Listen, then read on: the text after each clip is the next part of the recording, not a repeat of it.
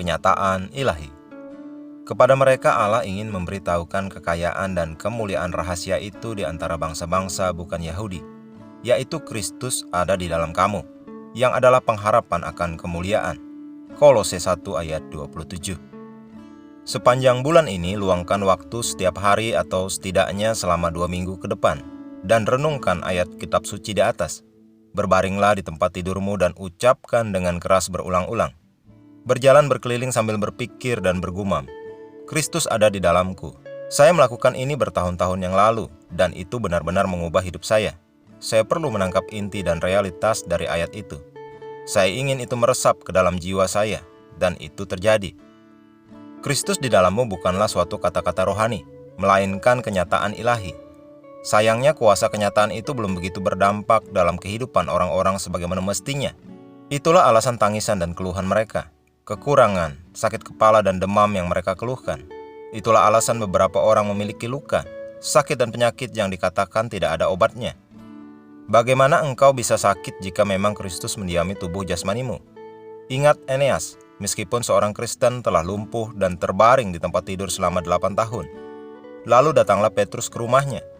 Yang Petrus katakan hanyalah, Eneas, Kristus menyembuhkanmu, bangunlah. Seketika itu juga orang itu sembuh.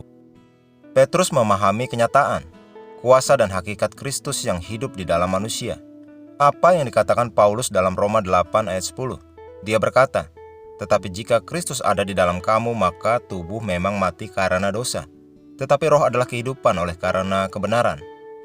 Sebelum Kristus masuk ke dalam dirimu, tubuhmu sudah ditakdirkan mati atau rentan terhadap kematian.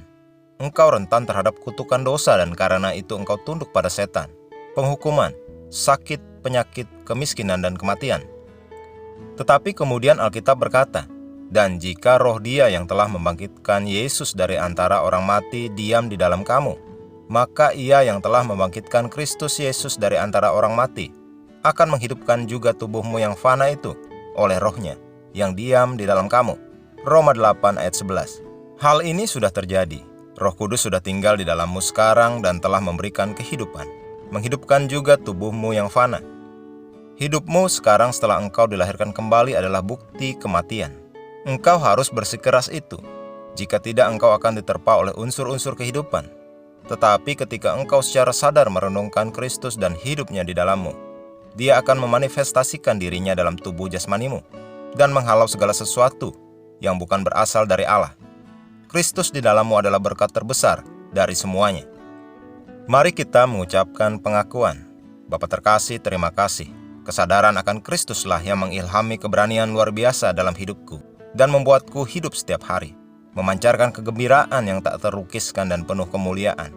Aku telah diberikan kasih karunia dan kemampuan di dalam Kristus untuk memerintah dan memerintah atas segala keadaan.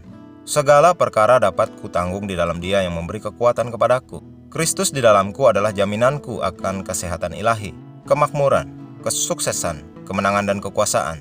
Terpujilah Tuhan.